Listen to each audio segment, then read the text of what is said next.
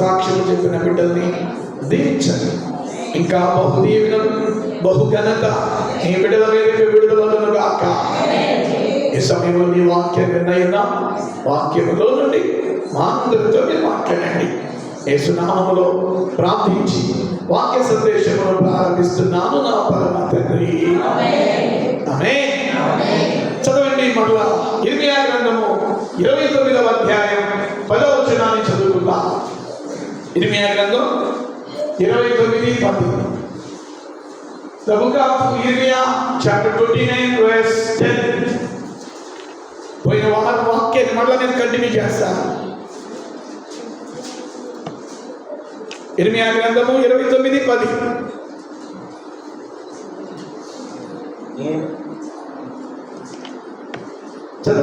నేను పలికిన శుభవార్త నెరవేర్చి ఈ స్థలమునకు మిమ్మల్ని తిరిగి రప్పించినట్లు నేను మిమ్మల్ని దర్శించుకున్నాను. ఓకే, దేవునికి స్తోత్రం చెప్పండి. హల్లెలూయా. మిమ్మల్ని గురించి నేను పలికిన ఆ మాట వదిలేశారు. పైన మిమ్మల్ని గురించి నాతో బట్టి మాట చెప్పిన ఒక్క వచనంలోనే ఒకే ఒక వాగ్దానం, 2 వాగ్దానాలు ఉంటాయి. నాతో బట్టి మాట చెప్పండి. మిమ్మల్ని గురించి నేను పలికిన శుభవార్త. ఏ వార్త? అంటే చెప్పండి, ఏ వార్త? శుభవార్త. ఏం చేస్తాడంట? నెరవేర్చి తర్వాత ఏం చేస్తాడంటే నేను మిమ్మల్ని దర్శించును. పిల్లల, ఇది ఎవరిచ్చిన వాగ్దానం అంటే సాక్షాత్తు సాక్షాత్తు సాక్షాత్తు మన ప్రభు అయినటువంటి దేవుడు తన పిల్లలైనటువంటి ఇశ్రాయేలీయులకు చేసిన వాగ్దానం. ఈ వాగ్దానం చేయడానికి ముందు ఇశ్రాయేలీయుల పరిస్థితి ఏమిటి అంటే చాలా ఇబ్బందుల్లో గుండా వెళుతున్నారు, చాలా శ్రమల్లో గుండా వెళుతున్నారు ఇశ్రాయేలీయులు. ఒకవైపు శత్రువులు వచ్చి వారి మీద దెబ్బ కొడుతూ ఉన్నారు. చరిత్ర ఏం చెప్తుందంటే ఇశ్రాయేలీయులట 53 సార్లు శత్రువుల చేత కొట్టబడ్డారంట. వింటున్నారా? 53 టైమ్స్ ఇశ్రాయేలీయులు శత్రువుల దాడికి గురయ్యారంట. మీరు అనొచ్చు, పాస్టర్ గారు దేవుడు వారికి తోడుగా ఉన్నాడు కదా, దేవుడు వారి పక్షమున ఉన్నాడు కదా, దేవుడు ఎన్నుకున్న దేశము కదా, దేవుడు ఏర్పాటు చేసుకున్న ప్రజలు కదా, మరి ఎందుకు 53 సార్లు వారిని దేవుడు శత్రువులకు అప్పగించాడు? కాపాడవచ్చు కదా, శత్రువులు వారి మీదకి రాకుండా దేవుడు కాపుదల ఇవ్వచ్చు కదా అనే ప్రశ్నలు మీకు రావచ్చు. కానీ ఎందుకు వారిని దేవుడు కాపాడలేకపోయాడు అంటే మెయిన్ కారణం ఏం కనపడింది అంటే they all are disobedience people. అప్పుడే దేవుని స్తుతిస్తారు, అప్పుడే దేవుడు అడుగుతారు, అప్పుడే దేవుడా నీ అంత గొప్ప దేవుడు లేడంటారు. చేయాల్సినటువంటి పనులన్నీ దేవునికి విరోధమైన పనులన్నీ చేస్తారు. అందుకే బైబిల్లో మాటి మాటికి దేవునికి వారు కోపాన్ని పుట్టించారంట, మాటి మాటికి దేవునికి ఆయాసాన్ని పుట్టించారంట, మాటి మాటికి దేవునికి దుఃఖాన్ని పుట్టించారంట. అందుకే దేవుడు ఏం చేశాడంటే మాట వినని ప్రతిసారి శత్రువుల చేతికి వాళ్ళని అప్పగించేవాడు. మీకు ఒక ప్రశ్న అడుగుతా, చెప్తారా? మీ పిల్లలు మాట వింటే అప్పు చేసైనా మీ పిల్లలకి అవసరం తీరుస్తారు. మిమ్మల్ని కొడుతూ రెబల్గా మన పిల్లలు ఉన్నారనుకో, కూడు కూడా మనం పెట్టాం. హల్లెలూయా. ఏం పెట్టాం? కూడు కూడా పెట్టాం. అమ్మాయిలైనా అబ్బాయిలైనా వాళ్ళు విధేయులుగా ఉంటేనే, తల్లిదండ్రులను ప్రేమిస్తూ తల్లిదండ్రులకు లోబడుతూ తల్లిదండ్రులకి మంచి పేరు తీసుకొచ్చే రీతిలో ఉంటే తల్లి అయినా తండ్రి అయినా వాళ్ళని బాగా చూసుకుంటాం. అదే మాట వినకుండా ఇష్టానుసారంగా జీవించే పిల్లలకి ఏం చేయలేరు ఏ తల్లి అయినా ఏ తండ్రి అయినా. దేవుడు కూడా సేమ్ అదే తండ్రి హృదయం అండి. ఆ మాట చెప్పండి, ఏ హృదయం అయింది ఆమెని? ఏ హృదయం? ఫాదర్ హార్ట్ అయింది, తండ్రి హృదయం అయింది. 430 సంవత్సరాలు ఐగుప్తులో బానిసలు ఉన్న వారిని దేవుడు విడిపించి అబ్రహాం, ఇస్సాకు, యాకోబులకు వాగ్దానం చేసిన ఆ పాలు తేనెలు ప్రవహించే దేశానికి తీసుకొస్తే ఈ అరణ్యములో 40 సంవత్సరాలు పగలు మేఘస్తంభంగా, రాత్రి అగ్నిస్తంభంగా వాళ్ళకి ఏ కీడు ఏ హాని జరగకుండా దేవదూతలు తినే ఆహారాన్ని వాళ్ళకి పెడుతూ, దాహం వేస్తే బండలో నుండి నీళ్లను పంపిస్తూ, మాకు ఎప్పుడు ఈ దేవదూతల ఆహారం మాకు బోరు పడుతుంది, మాకు ఇంకే ఆహారం పెట్టవాళ్ళు అన్నప్పుడు వాళ్ళకి నాన్ వెజ్ దేవుడు అరణ్యంలో ప్రొవైడ్ చేశాడంట. ఏ వెజ్? గట్టిగా చెప్పండి. Non veg. ఎప్పుడు మాకు ఈ మన్నానేనా తిని తిని తిని మాకు బోరు పడుతుందని మోషే మీద అడిగితే, అయ్యా ఏంటి వీళ్ళ సన్నుగులు అంటే, నువ్వు కామ్గా ఉండు, వాళ్ళు కోరుకున్న ఆహారం నేను వాళ్ళకి ఇస్తా. చప్పట కొట్టండి గట్టిగా. హల్లెలూయా. అంటే గుడ్గా ఎంత మంచి దేవుడు ఆయన. అమ్మాట చెప్పండి, మంచి దేవుడు అనేది. మంచి దేవుడు, మనం అడిగింది ఇస్తాడు ఆయన. కానీ పిల్లలా వాళ్ళకి నాన్ వెజ్ ప్రొవైడ్ చేశాడు. ఎలాగ పూరడి పెట్టలను పంపించాడు. ఉదయమే ఎవరి గుడారములో వాళ్ళు చూడగానే వాళ్ళ గుడారాలు లోపలికి వచ్చి కూర్చున్నాయి అంట, తినట్రా మమ్మల్ని. దేవునికి స్తోత్రం చెప్పండి. హల్లెలూయా. మీరు పిట్టలను కొట్టుకోవడానికి అడవికి వెళ్ళాల్సిన పని లేదురా, పిట్టల్నే ఆ మాంసాహారాన్ని మీ ఇళ్లలో గుడారంలో పంపిస్తానన్నాడు. పొద్దున్నే లేచి చూస్తే ఒక్కొక్కడు గుడారములో పూరేడు పిట్టలతో నింపబడింది. ఎంత కృప కలిగిన దేవుడు, ఎంత దయ కలిగిన దేవుడు, ఎంత ఒక మాట చెప్పాలంటే టేక్ కేర్ అన్నమాట. ఆయన శ్రద్ధ తీసుకునే దేవుడు ఆయన. వాళ్ళ చెప్పులు తెగలేదంట, వాళ్ళు వేసుకున్న బట్టలు మాయలేదంట. 40 సంవత్సరాలు తన మంచితనం అంతా చూపించాడు దేవుడు. ఎందుకు శత్రువులకు అప్పగించాడంటే మాట విననందున. ఎందుకు శత్రువులకు అప్పగించాడు అంటే దేవుని మీద తిరుగుబాటు చేసినందున. దేవుడికి నచ్చని పాపాలు కొన్ని ఉన్నాయి, ఇవి మీకు చెప్పాలి. వాటిల్లో ఒకటి ఏంటంటే సడగటం, రెండవది ఏంటంటే గర్వం, మూడవది ఏంటంటే విగ్రహారాధన, నాలుగవది ఏంటంటే ఇలీగల్ రిలేషన్స్. అర్థమైందా? సో ఈ తీవ్రమైనటువంటి పాపాల లిస్టులోకి వస్తాయి అన్నమాట. సణుగుడు, గర్వము, తర్వాత విగ్రహారాధన, తర్వాత ఇలీగల్ కాంటాక్ట్స్, తెలుగులో అక్రమ జీవితాలు. సో దేవుడు వాళ్ళలో చూసి, అరే నేను ఇన్ని కార్యాలు చేశాను కదా, ఇన్ని మేలు చేశాను కదా, ఇన్ని అద్భుతాలు చేశాను కదా, నా మంచితనం అంతా చూపించాను కదా, ఇలాంటి పరిస్థితి ఎలా కనబడుతుందా అని వాళ్ళకి బుద్ధి రావడానికి ఆ మాట ఒకసారి పలకండి. ఏం రావడానికి? మాట వినకుండా నోరు. కొంతమంది పిల్లలు చూడండి, మాటతో మాట ఎందుకు వాళ్ళకి ఏం పడాలి చెప్పాలి, గట్టిగా చెప్పండి. ఏం పడాలి? ఏంటండి మీరు కొట్టడం మీ పిల్లల్ని? కొట్టకపోతే వాడు పాడైపోతాడు. ఆ పిల్లలు పాడైపోయింది, కొట్టాలి. మాట వినకపోతే కొట్టడంలో తప్పేం లేదు. బాలుడు నడవ సత్రోవానికి నేర్పాలి. గారాబం చేస్తే అమ్మాయిలైనా అబ్బాయిలైనా పాడైపోతారు. తల్లిదండ్రులు భయం ఉండాలి. తల్లిదండ్రులు భయం లేకపోతే వాడు చివరికి నీకు మెడకు ఊరైపోతాడు. సంగమా, నా కొడుకని గారాబం చేయబాకు, నా కూతురే గారాబం చేయబాకు. దెబ్బ పడాలి అప్పుడప్పుడు. కొట్టే స్టేజ్లో కొట్టాలి. మాటతో వినకపోతే కొన్నిసార్లు బెత్తం వాడాలి. బెత్తం వాడకపోతే నువ్వు తండ్రిగా శత్రువు అయిపోతావు, తల్లిగా నువ్వు శత్రువు అయిపోతావు. చివరికి ఇంటిని నరకంగా మార్చేస్తారు అమ్మాయిలు కానీ అబ్బాయిలు కానీ.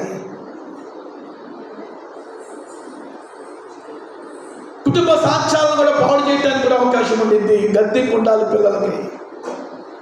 దేవుడు కూడా వాడు తప్పిపోయినప్పుడు వాళ్ళు ఏం చేసేవాడంటే సింపుల్గా శత్రు రాజ్యాలను రేపేవాడు. పక్కనే సిరియా దేశం రాజును ప్రేరేపించాడే, నా పిల్లలకు బుద్ధి రావడానికి వెళ్ళింది దండెత్తి కొట్టండి వాళ్ళని. పక్కనే ఐగుప్తు రాజును ప్రేరేపించాడు. సిరియా, ఐగుప్తు, అష్షూరు, ఈ రాజుల్ని ప్రేరేపించి వెళ్ళండి రా, మీరు నా పిల్లల జోలికి వచ్చి వాళ్ళకి బుద్ధి చెప్పండి, నేను సైలెంట్గా చూస్తూ ఉంటా. చూసి చూసి చూసి చూసి దేవుడు దేవుని మంచితనాన్ని అర్థం చేసుకోకుండా, మాట వినకుండా విచ్చలవిడిగా జీవించిన ఇశ్రాయేలు మీదకి శత్రువులు పురికొలిపేవాడు దేవుడు.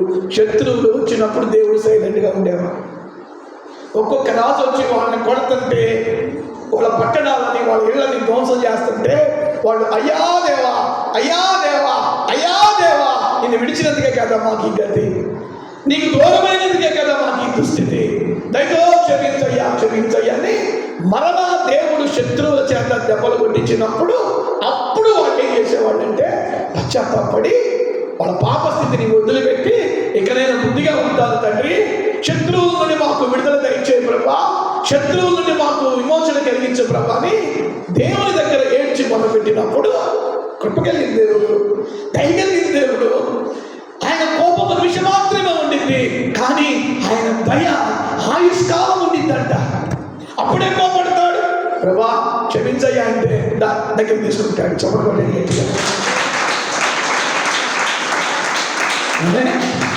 హల్లెలూయా, హల్లెలూయా. మాట వినకపోతే శత్రువులకు అప్పగిస్తాడు. మరలా పశ్చాత్తాపడగానే శత్రువుల నుండి దేవుడు విడిపిస్తాడు. అప్పగించేది ఆయనే. ఇప్పుడు చెప్పండి, అప్పగించేది ఆయనే. గట్టిగా చెప్పండి, అప్పగించేది ఆయనే, విడిపించేది కూడా ఆయనే. ఎప్పుడు అప్పగిస్తాడు? మాట విననప్పుడు అప్పగిస్తాడు. ఎప్పుడు అప్పగిస్తాడు? ఆయనకి దుఃఖాన్ని బాధని కలిగించినప్పుడు అప్పగిస్తాడు. ఎప్పుడు అప్పగిస్తాడు? ఆయనకి తిరుగుబాటు చేసినప్పుడు ఆయన మీద శత్రువులకు అప్పగిస్తాడు. మరి ఎప్పుడు విడిపిస్తాడు? పశ్చాత్తాపడి ఏడ్చినప్పుడు. హోషేయ గ్రంథంలో ఆయన ప్రేమ అంతా కనబడింది మనకి. చదవండి, హోషేయ గ్రంథాన్ని చదవండి.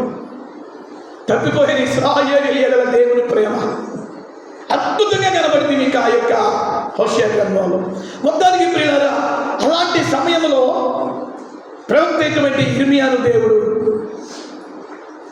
ప్రవక్తగా వాడుకుంటూ అతని ద్వారా ఈ అద్భుతమైనటువంటి ప్రామిస్, ఇర్మియా గ్రంథం 29:10 రాయబడిన అద్భుతమైన వాగ్దానం, నిరాశ, కృంగుదల, నిస్సహాయత, శత్రువుల దాడి ఎదుర్కొన్నటువంటి ఇశ్రాయేలీయులకు ఊరటను కలిగించే వాగ్దానం. చెప్పడగొడతారు గట్టిగా. నిరీక్షణ కలిగించేటువంటి ప్రామిస్ ఇది, ధైర్యాన్ని ఇచ్చేటటువంటి వాగ్దానం ఇది, నింపదాన్ని ఇచ్చేటటువంటి వాగ్దానం, ఆదరణ ఇచ్చేటటువంటి వాగ్దానం. బైబిల్ చదువుతూ ఉంటే ఎంత ధైర్యం వచ్చిందో. ఆదివారం ఒకరోజే బైబిల్ తెరవాకండి, రోజు బైబిల్ దగ్గర పెట్టుకోండి. నాకు వాకాండలో పాస్టర్ గారిని అడిగిన మన బైబిల్ కాలేజీ పాస్టర్ గారు, ఆయనకు ఒక నాణం ఉంది, సుమారుగా 100 సంవత్సరాల పైన ఉండింది. ఆమెకు వెళ్ళినప్పుడల్లా నేను ప్రార్థన చేయాలి, చేయకపోతే మాత్రం ఆ రోజు ఇక వాళ్ళ ఇంట్లో తిరణాలు చేసింది. కొన్నిసార్లు అడవుడిగా నేను బయలుదేరేటప్పుడు, కొన్నిసార్లు నేను కారెక్కి కూడా మరలా అయ్యారు నాన్నమరమ్మంటారు మిమ్మల్ని, రండి వచ్చి మీరు ఎక్కువసేపు చేయాల్సిన పని లేదు, మీ చెయ్యి ఆ తలని పెట్టాలండి. ఆమె ఏం చేస్తుంది, నా తల అలా చెయ్యి పెట్టగానే, నా చెయ్యి తల మీద అలా పెట్టగానే ఆ చేతులు ముందు పెట్టిందండి. అంత భక్తి దైవజనులంటే 100 సంవత్సరాలు దాకి అంటే ఆమెకి మంచంలో కూర్చుంది. పిల్లరా,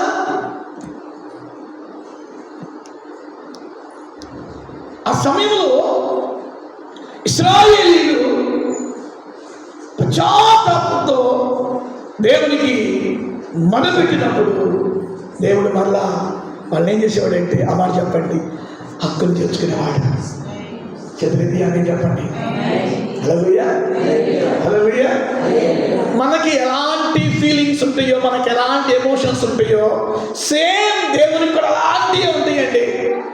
ప్రేమలో, పశ్చాత్తాపంలో, పిల్లల కోపములో ఆయనకి ఆయనే సాటి. ఇప్పుడు ఈ వాగ్దానం ఇస్తున్నాడు ఏంటి? మిమ్మల్ని గురించి నేను పలికిన శుభవార్త నెరవేర్చి, ఇక్కడ 2 వాగ్దానాలు కనబడుతున్నాయి. ఒకటి, ఆ వాగ్దానాన్ని, ఆ శుభవార్తతో కూడిన వాగ్దానాన్ని నేను ఏం చేస్తాను? నెరవేరుస్తానండి, నెరవేరుస్తాడంట. 2వ వాగ్దానం కూడా ఇవిడి ఉన్న దాంట్లో ఏం చేస్తాడంటే దేవుడు మనల్ని దర్శిస్తాడంట. గట్టిగా చప్పటి కొట్టండి. హల్లెలూయా, హల్లెలూయా. నా ప్రార్థన, ఆత్మీయ తల్లి ప్రార్థన ఏమైంది అంటే మీ పక్షాన మన పక్షాన ఈ సంవత్సరం ఈ వాగ్దానం ఫుల్ఫిల్మెంట్ అవ్వాలి. హల్లెలూయా. ఎందుకంటే ఆయన మాట ఇచ్చి తప్పే దేవుడు కాదు. ఆయన శుభవార్త నెరవేరుస్తాడంట, ఆ వాగ్దానాలు నెరవేరుస్తాడంట, రెండవదిగా దర్శిస్తాడంట. అయితే ఈ వాగ్దానం మన జీవితంలో నెరవేరాలంటే కొన్ని షరతులను దేవుడు పెట్టాడు. నేను ఎప్పుడు చెప్పే మాట మరలా చెప్తున్నాను, ఆయన ప్రేమకి కండిషన్ లేదు, కానీ ఆయన వాగ్దానాలకు మాత్రం కండిషన్ ఉంది. చేతులెత్తి ఆమె చెప్పండి. ఆయన ప్రేమ అన్లిమిటెడ్ లవ్. అన్లిమిటెడ్ లవ్ అనండి అంటే ఏంది? కొలత లేని ప్రేమ. కానీ ఆయన వాగ్దానాలు ఉన్నాయే, ఆ వాగ్దానాలకి కండిషన్స్ పెట్టాడు దేవుడు. ఏంటా కండిషన్స్? మీరు ఇలా చేస్తే నేను వాగ్దానం నెరవేరుస్తా, మీరు ఇలా నడిస్తే నేను పొలాలు చేస్తా, మీరు ఈ వాగ్దానాన్ని మీ జీవితంలో మీరు పొందాలి అంటే మీరు పొలాలు చేయాలి, పొలాలు చేయాలి, పొలాలు చేయాలి. కొన్ని షరతులు, ఆ మాట చెప్పండి, షరతులు అనండి. ఈ వాగ్దానం నెరవేరటానికి నిర్గమాకాండం 33లో దేవుడు నాకు బయలుపరిచిన కొన్ని షరతులు నేను మీకు పోయిన ఆదివారం నుండి చెప్తూ వచ్చాను. ఒక షరతు మాత్రమే చెప్పాను. ఆ షరతు ఏంటంటే, ఏం చెప్పాను? మీరు ఎక్కడ ఆగకుండా సాగిపోండి. హల్లెలూయా, హల్లెలూయా. ఆత్మీయ ప్రయాణములో, విశ్వాస ప్రయాణములో మీరు ఎక్కడ ఆగిపోవద్దు, మీరు సాగిపోవాలి. మీరు ఆగిపోయేవారుగా ఉండకూడదు. శ్రమలు వచ్చినా, కష్టాలు వచ్చినా, శోధనలు వచ్చినా, నిందలు వచ్చినా, అవమానాలు వచ్చినా మీరు ఆగకూడదు, మీరు సాగాలి అని చెప్పారు. మీరు సాగిపోతూ ఉన్నప్పుడు ఆ వాగ్దానం, ఏ వాగ్దానం? ఇర్మియా 29:10 మీరు పొందుకుంటారు. ఆమె చెప్పండి. సో రెండవ షరతు ఈరోజు నేను మీకు జ్ఞాపకం చేస్తా. రెండవ షరతు ఏంటంటే, చూడండి పిల్లల 33వ అధ్యాయం 3వ వచనం, నిర్గమాకాండం 33:3 కొంచెం ఈరోజు గట్టిగా ఉండింది ఈ మాట, అయినా మీరు సహించాలి. 33:3 ఏం చదువుతున్నా? నిర్గమాకాండం 33:3 మీరు లోబడనొల్లని ప్రజలు గనక నేను మీతో కూడా రాను, త్రోవలో మిమ్మను సంహరించదనేమో అని మోషేతో చెప్పాను. చేతులెత్తి ఆమె చెప్పండి. ఈ ఒక్క మాట మీద కొద్ది నిమిషాలు జాగ్రత్తగా మీరు వినాలి. ఇర్మియా గ్రంథము 29:10లో ఉన్న వాగ్దానం మన జీవితంలో నెరవేరాలి అంటే నిర్గమాకాండం 33వ అధ్యాయంలో దేవుడు కొన్ని కండిషన్లు పెట్టారు. దానిలో మొదటి కండిషన్ పోయిన ఆదివారం విన్నాం. మీరు ఎక్కడ ఆగిపోకూడదు, మీరు సాగిపోవాలి దేవునిలో. రెండవ కండిషన్ ఏంటంటే, ఇక్కడ దేవుడు అంటున్నాడు ఇశ్రాయేలు గురించి, మోషే అమాలేకీయులతో మీరు యుద్ధానికి వెళ్తున్నారు కదా, ఈ అధ్యాయం అంతా మీరు చదివితే పై నుండి 33వ అధ్యాయం ప్రారంభంలో మీకు కనబడింది. ఇశ్రాయేలీయులకు శత్రువులు అమాలేకీయులు. వాళ్ళ మీద యుద్ధానికి బయలుదేరడానికి సన్నద్ధంగా ఉంటాడు మోషే, యెహోషువ, కాలేబు. సైనికులందరూ కూడా అలర్ట్గా ఉంటారు. ఎంతసేపటికి మోషే కదలడే ముందుకి. ఇశ్రాయేలీయుల పండుగోత్రాల్లో పెద్దలు అంటారు, దైవజనుడా, కాల్కొలము మన పక్షాన ఉంది, కత్తులు ఉన్నాయి, ఈటలు ఉన్నాయి, బల్లెం ఉంది, బాణం ఉంది, మరి ఎందుకు నువ్వు లేట్ చేస్తున్నావు కదలటానికి ముందు? అప్పుడు మోషే వాళ్ళందరితో అంటాడు, ఇన్ని లక్షల మంది మనం ఉన్నాం, మంచిదే, మనతో దేవుడు వస్తాడా? అర్థమవుతుందా మీకు? కొన్ని లక్షల మంది ఆర్మీ ఉంది మోషే పక్కన, ఇశ్రాయేలీల ఆర్మీ ఉంది, అలర్ట్గా ఉన్నారు. ఇక మోషే అంటే మందసు యాజకులు భుజానెత్తుకుంటారు, పొట్టేలు కొమ్ముతో ఊపుతారు, సైనికులందరూ కూడా ఆత్మనాదాలతో కేకలతో దేవునికి స్తోత్రాలు చెప్పుకుంటూ యుద్ధ రంగంలోకి వెళ్తారు. కానీ మోషే ఒక్క అడుగుడు ముందుకు వెళ్తల్లా. పెద్దలు అంటారు, ఏంటి నువ్వు ఆలస్యం చేస్తున్నావు? అప్పుడు మోషే అంటాడు, ఇన్ని లక్షల మంది మనం ఉన్నాం, మనతో దేవుడు రావాలి. చప్పటి కొట్టండి గట్టిగా. హల్లెలూయా చెప్పండి, హల్లెలూయా. ఎవరు రావాలి మనతో? దేవుడు మనతో రాకుండా ఎన్ని ప్రయాణాలు చేసాం మనం? దేవుడు మనతో రాకుండా ఎన్ని పనులు చేసి ఉంటాం? అందుకే నేను మీకు ఎప్పుడు చెప్పే మాట మరో చెప్తున్నాను, మీరు ఎక్కడికైనా ప్రయాణం చేసేటప్పుడు దేవుడిని రమ్మనండి, దేవుణ్ణి పిలవండి. మీతో ఆయన సన్నిధి వచ్చింది, మీతో ఆయన వస్తాడు, మీతో తన దూతల్ని పంపుతాడు. హల్లెలూయా హల్లెలూయా. ఇప్పుడు మోషే అంటున్నాడు, సైలెంట్ అయిపోయింది గుడారా, యొక్క ఇజ్రాయేలీ టెంట్స్ అన్నీ సైలెంట్గా ఉన్నారు, ఆర్మీ అంతా. అప్పుడు చేతులెత్తి ప్రత్యక్ష గుడారం దగ్గర నిలబడి చేతులెత్తి అంటాడు మోషే, అయ్యా అమాలేకీలు మా మీదకి కేకలేస్తున్నారు, అమాలేకీలు మా మీదకి రంకిలేస్తున్నారు, మేము యుద్ధానికి వెళ్తున్నాం, మాతో నువ్వు రావాలి. అమాట చెప్పండి, మాతో నువ్వు రావాలన్నా. అప్పుడు దేవుడు అంటాడు, ముందేమో నేను రాను అంటాడు. చెప్పాలి, ముందేమో ఏమంటాడు? వింటున్నారా? ముందు అంటాడు నేను రాను. ఇప్పుడు మనం చదువుకున్నాం ఆ వచనం, నేను రాను మీతో. ఎందుకు రాను అన్నాడు దేవుడు? మీరే ఆన్సర్ చెప్పాలి. ఎలీషా నానా అది మోషే ఏమో ఇన్ని లక్షల మంది మేము యుద్ధానికి వెళ్తున్నాము, మేము ఇంతమంది ఉన్నా నువ్వు రాకపోతే మాకు జయం రాదయ్యా, నువ్వు రావాలి మాతో అని దేవుడిని రిక్వెస్ట్ చేస్తుంటే దేవుడు అంటాడు నేను రాను. నాతో నా వైపు చూడండి. మనం అప్పుడప్పుడు ఇంట్లో అడుగుతానే, సిస్టర్లకు బాగా తెలిసింది, అలగటంలో మీకు ఇచ్చే ప్రైజ్ వేరుగా ఉండింది. ఫస్ట్ ప్రైజ్ ఎవరికయ్యా అంటే ఇళ్ళలో అలగటం సిస్టర్స్కే. పిల్లల మీద అలుగుతారు, భర్త మీద అలుగుతారు, అప్పుడప్పుడు పాస్టర్ మీద కూడా అలుగుతారు. యేసు రక్తమే జయం. చేతులెత్తి ఆమె చెప్పండి, హల్లెలూయా. అలగటంలో మీ తర్వాత ఎవరైనా దేవుడు కూడా అలుగుతున్నాడు నేను రాను. నాకు చూడండి, చాలా ఇంట్రెస్ట్గా ఉంటుంది సబ్జెక్ట్. మోషే ఏమో రాయా, మాతో రాయా, మేము ఎంతమంది ఉన్నా నువ్వు లేకపోతే మాకు జయం రాదు, నువ్వు రావాలి. దేవుడు అంటున్నాడు నేను రాను. ఎందుకు రావు ప్రభు అంటున్నాడు మోషే. నేను ఎందుకు రాను తెలుసా? ఇశ్రాయేలీలో ఒక్కొక్కడు చరిత్ర నాకు తెలుసు. ఇశ్రాయేలీల పరిస్థితి ఏంటంటే ఒక్కడ కూడా నాకు లోబడేవాడు ఎవడు లేడు. ఇక్కడ నేను మీకు మాట చెప్తానేనండి, నువ్వు ఎంత ప్రార్థన చేస్తున్నావు అనేది దేవుడు చూడడం, నువ్వు ఎన్ని గంటలు బైబిల్ చదివావనేది దేవుడు చూడడం, నువ్వు ఎన్ని సంవత్సరములు ఎన్ని ఉపవాసాలు ఉన్నావనేది దేవుడికి అనవసరం. ప్రార్థన చేయాలి, వాక్యం చదవాలి, ఉపవాసం ఉండాలి. నువ్వు ఎన్ని లక్షలు దేవునికి ఇచ్చావనేది అది నో మ్యాటర్. నువ్వు దేవుని కొరకు ఎంత పని చేస్తున్నావు అనేది దేవునికి నో మ్యాటర్.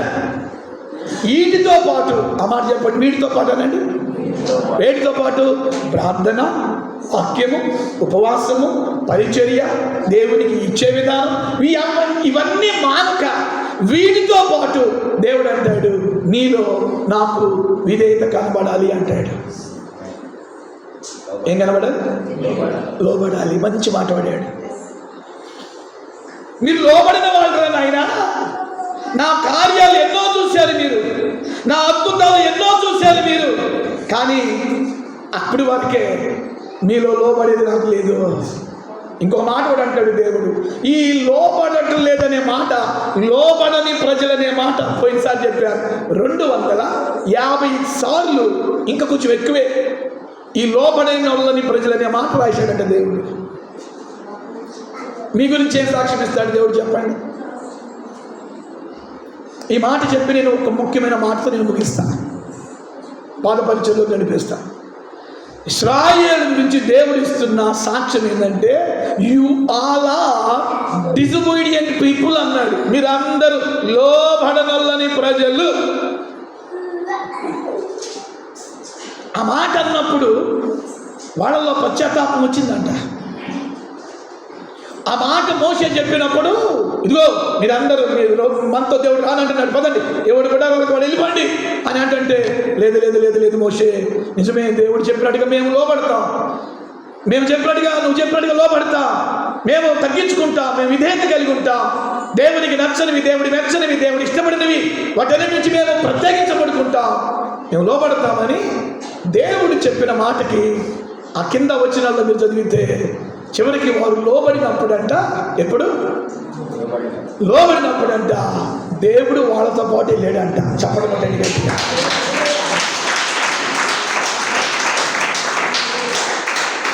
ఏమర్థమైంది మీకు? లోబడకపోతే దేవుని వాక్యానికి దేవునికి మీరు లోబడకపోతే దేవుడు మనకు దగ్గరగా ఉంటాడు, దూరంగా ఉంటాడా? ఇప్పుడు చెప్పండి, ఆయన మీకు దూరంగా ఉండాలని కోరుకుంటున్నారా, లేక ఆయన మీకు దగ్గరగా ఉండాలని కోరుకుంటున్నారా? దగ్గరగా ఉండాలంటే ఏం చేయాలి? పాస్టర్ గారు మందిరంలో వరకు ఓకే కంఫర్టబుల్గా ఉంటాం, మందిరంలో ఉన్నంతసేపు మేము కంఫర్టబుల్గా ఉంటామంటే మీరు ఎంత గద్దించైనా చేయండి, హెచ్చరించైనా చేయండి, మేము అసలు నోరు తేరాం. మందిరం బయట లోబడుతున్నామా మన దేవునికి? దేవుడు అంటున్నాడు, మీరు లోబడని ప్రజలు నేను మీతో రాను. మరలా వారు పశ్చాత్తాపడితే దేవుడు అప్పుడు వాళ్ళ పశ్చాత్తాపాన్ని చూసి వాళ్ళ సత్ప్రవర్తన ఆమె చెప్పండి, ఏ ప్రవర్తన? మన ఎస్ఐ గారు కాబట్టి సత్ప్రవర్తనతో ఉన్న ఖైదీలకి ఏమి ఇస్తారు? మీరు సత్ప్రవర్తనతో 14 సంవత్సరాలు ఒకరికి యావజ్జం వేసారు, లేదా కొన్ని సంవత్సరాలు 14 సంవత్సరాలు జైలు శిక్ష అనుకో, వాడి మంచి ప్రవర్తన బట్టి మీరేం చేస్తారు? వాడిని ముందుగానే రిలీజ్ చేస్తారు. ఇప్పుడు దేవుడు ఇశ్రాయేలీల్లో వచ్చిన సత్ప్రవర్తన చూసి చెప్పారు కదా, ఆయన ఎవరు? తండ్రి. ఆ మాట చెప్పండి ఎవరైనా. హల్లెలూయా, హల్లెలూయా. ఆయన తండ్రి కాబట్టి చూశాడు. ఆయనకి తెలుసు వీటిదంతా ఉట్టిట్టేడిపోయి, ఈ అమ్మాయిదంతా ఉట్టిట్టేడిపోయి ఆయన తెలుసు. కానీ ఆ సమయంలో నువ్వు పశ్చాత్తాపడ్డావు కాబట్టి చూద్దాలే అని మరలా దేవుడు ఏం చేశాడంటే వాళ్ళతో పాటు వెళ్ళాడంట. వాళ్ళతో వెళ్ళినప్పుడు వీళ్ళ సైన్యం కంటే శత్రువులు రెట్టింపు సైన్యం ఉన్నప్పటికీ దేవుడు వారితో ఉన్నందున విజయమును పొందారు. అని చెప్పండి. అక్కడ విజయం రావడానికి ముందు ఇక్కడ దేవుడు ఇంకొక షరతు ఇచ్చాడు. ఆ షరతు ఏంటో తెలుసా? లోబడాలి. అమలు చెప్పండి, లోబడాలి అనండి. దీనికి దేవుడు పెట్టినటువంటి నాకు పరిశుద్ధాత్ముడిచ్చిన ప్రత్యక్షత ఏంటంటే 2వ షరతు. ఇది రాసుకోవాలి, మీరు వినాలి. ఇర్మియా గ్రంథం 29:10 వాగ్దానం మనలో నెరవేరాలంటే 2వ షరతు ఇక్కడ మనకేం కనబడుతుందంటే దేవునికి కోపాన్ని పుట్టించకూడదు.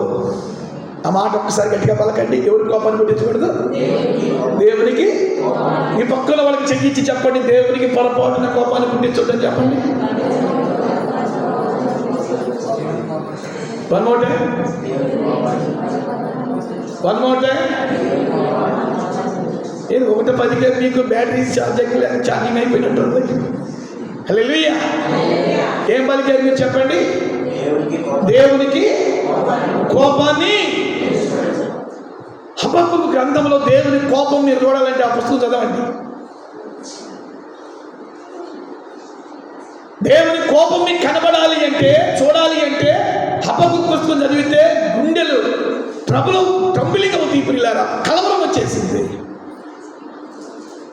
ఆయన నడుస్తుంటే ఆయన నడకను చూచంట పర్వతములు మైనములాగా కరిగిపోయింది.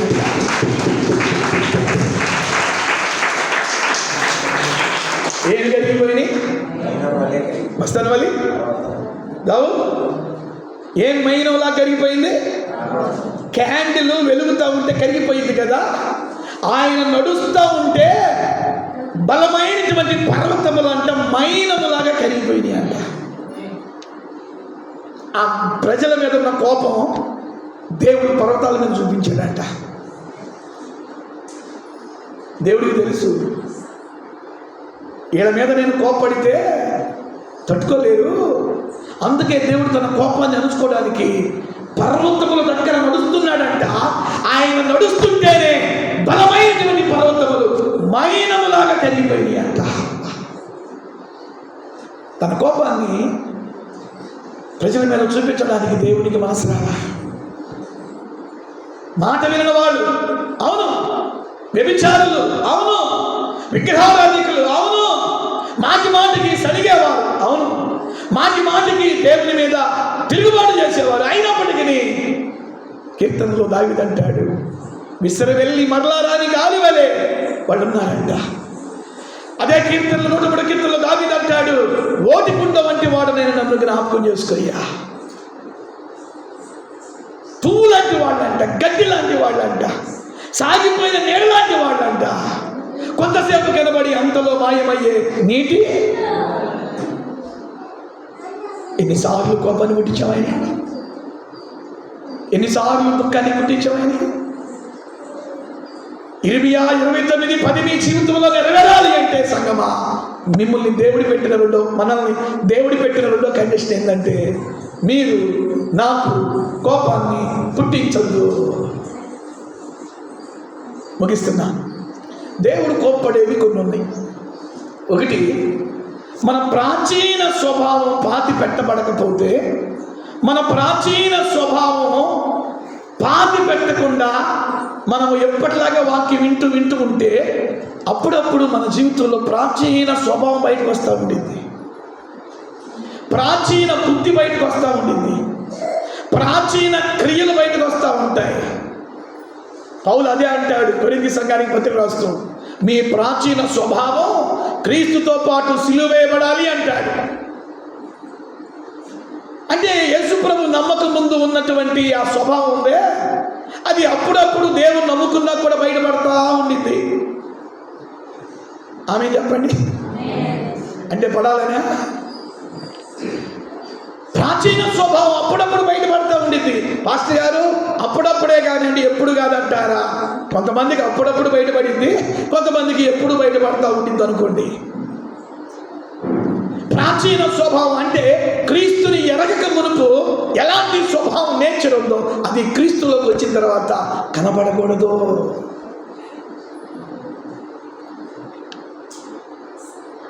ప్రాచీన బుద్ధులు, ప్రాచీన మాటలు, పూర్వం దేవుని ఎరగనప్పుడు ఉన్న స్థితి మరలా దేవుని ఎరిగిన తర్వాత కనబడటానికి వీల్లేదు. దేవుని పిల్లలంగా మన జీవితంలో కనబడతా ఉండింది ప్రాచీన స్వభావం, ప్రాచీన బుద్ధులు, ప్రాచీన క్రియలు. 3 విశ్వాసులు అంట నాట్లకి వెళ్ళారంట. మా గుంటూరు జిల్లాలో భాష వాడుతున్నా, నాట్లకి వెళ్ళి వస్తూ ఉన్నారంట. వస్తూ ఉంటే ఒక చేను దగ్గరికి రాగానే ఆ రైతు ఏం చేసాడంటే మిరపకాయలు వేసాడంట. మనకి గుంటూరు సైడు మెట్ట మాగాని 2 పక్కనే ఉంటాయి. మెట్ట పొలంలోనేమో రైతులు మిరపకాయలు పత్తి వేసుకుంటూ ఉంటారు, మాగాణి పొలం ఉందే దానిలో వరి పండిస్తూ ఉంటారు. సో గుంటూరు జిల్లాలో, కృష్ణా జిల్లాలో ఈ మెట్ట ఉండేది, మాగాణి ఉండేది. ఈ 3 విశ్వాసులు, వీళ్ళు 3 మామూలు భక్తి పనులు కాదు, చాలా సీనియర్ విశ్వాసులు అన్నమాట. సంఘంలో ఏ పని చేయాలని ఆ 3. పాస్టర్ గారు కూడా వాళ్ళకి మంచిగా ఫ్యాన్స్ అన్నమాట. మొత్తానికి ఈ 3 విశ్వాసులు నాట్లు వేసి సాయంత్రం ఇంటికి వస్తా 3 పేర్లు మార్తమ్మ, సువార్తమ్మ, మరియమ్మ. ఈ 3 మార్తమ్మ వాళ్ళిద్దరిలో సీనియర్ అన్నమాట. పాటలు పాడుకుంటే ఇంటికి వస్తూ ఉంటే ఆ గట్టు దగ్గరికి రాగానే పక్కనే మిరపకాయలంట. మధ్యలో ఉన్నటువంటి మార్తమ్మ ఏం చేసిందంటే, ముందున్న వెనుకున్న చూడలేదని 4 కాయలు కోసుకుని శంఖలో వేసుకుందంట. అది వెనక్కున్నటువంటి ఇంకొక ఆమె చూసిందంట. చూసి మధ్యలో ఉన్న ఆమెను ఫాలో అయ్యిందంట. చెప్పండి, ఎక్కువనే. హల్లెలూయా. ముందున్నటువంటి ఆమెకి చాలా భక్తి ఎక్కువ, ముందున్న ఆమెకు చాలా నమ్మకం దేవుడు అంటే. ఈమె ఎంత భక్తిపరం తెలుసా? వీళ్ళిద్దరు చేసిన పని ఈమె తెలియదు. ముందున్న ఆమెకి ఈమె నోట దేవుడు ఒక పాట పెట్టాడు. ఏం పాట తెలుసా? చూచుచున్న దేవుడవయ్యా, నన్ను చూచినావు. స్తోత్రం చెప్పరా? ఇక వీళ్ళిద్దరికి శ్రమ పడుతున్నాయి అంట. అని మన ఇద్దరం చేసిన పనులు ముందు ఆమె చూడలేదు అనుకున్నాం, కానీ ఎవరు చూశారు? దేవుడు చూశాడని వీళ్ళిద్దరు ఏం చేశారంటే ముందు ఆమె తెలియకుండా ఆమె పాట ముగించే రోజు కోసుకున్నటువంటి మిరపకాయలన్నీ కూడా ఆ మెట్ట పొలం మీద వదిలిపెట్టేసి ఈమె వరుసలో నిలబడ్డారు. చప్పటి పెట్టి దేవుడికి స్తోత్రం. హల్లెలూయా. చేతులు ఎత్తి చెప్తారా? రెండు చేతుల పైకి ఎత్తి చెప్తారా?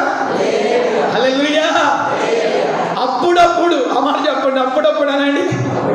ఏది ఏది బయటకు వస్తాం? ఏ స్వభావం? ప్రాచీన స్వభావం బయటపడతా ఉండింది. ప్రాచీన బుద్ధులు బయటపడతా ఉంటాయి, ప్రాచీన మాటలు బయటపడతా ఉంటాయి, ప్రాచీన క్రియలు బయటపడతా ఉంటాయి. అది బయటపడకూడదు అంటున్నాడు దేవుడు. గల్తీ సంఘానికి పౌలు పత్రిక రాస్తూ అంటాడు, నేను క్రీస్తుతో పాటు సిలువ వేయబడి ఉన్నాను, ఇక నువ్వు జీవించేవాడను నేను కాను. ఎవరు జీవిస్తున్నారు నాలో? దమస్కు గడి దగ్గర దేవుని ముఖాముఖి చూసిన తర్వాత ఒకప్పుడు దేవుని పిల్లల్ని చంపడానికి చెయ్యెత్తిన వాడు ఇప్పుడు కొట్టించుకుంటున్నాడు. ఒకప్పుడు దేవుని పిల్లల్ని లేకుండా భూమి మీద చేయాలనుకున్న వాడు ఇప్పుడు దేవుని పిల్లల్ని కాపాడటానికి, ప్రభుని గురించి సువార్త చెప్పడానికి నేల మట్టుకి తగ్గించుకుంటున్నాడు. పౌలు కొట్టబడ్డాడు, చంపబడ్డాడు. ఎక్కడ? చచ్చిపోయేవారు. ఆ మాట చెప్పండి, చచ్చిపోయేవారు కదండి. తన ప్రాచీన స్వభావం బయటపడలా, ప్రాచీన బుద్ధి బయటపడలా.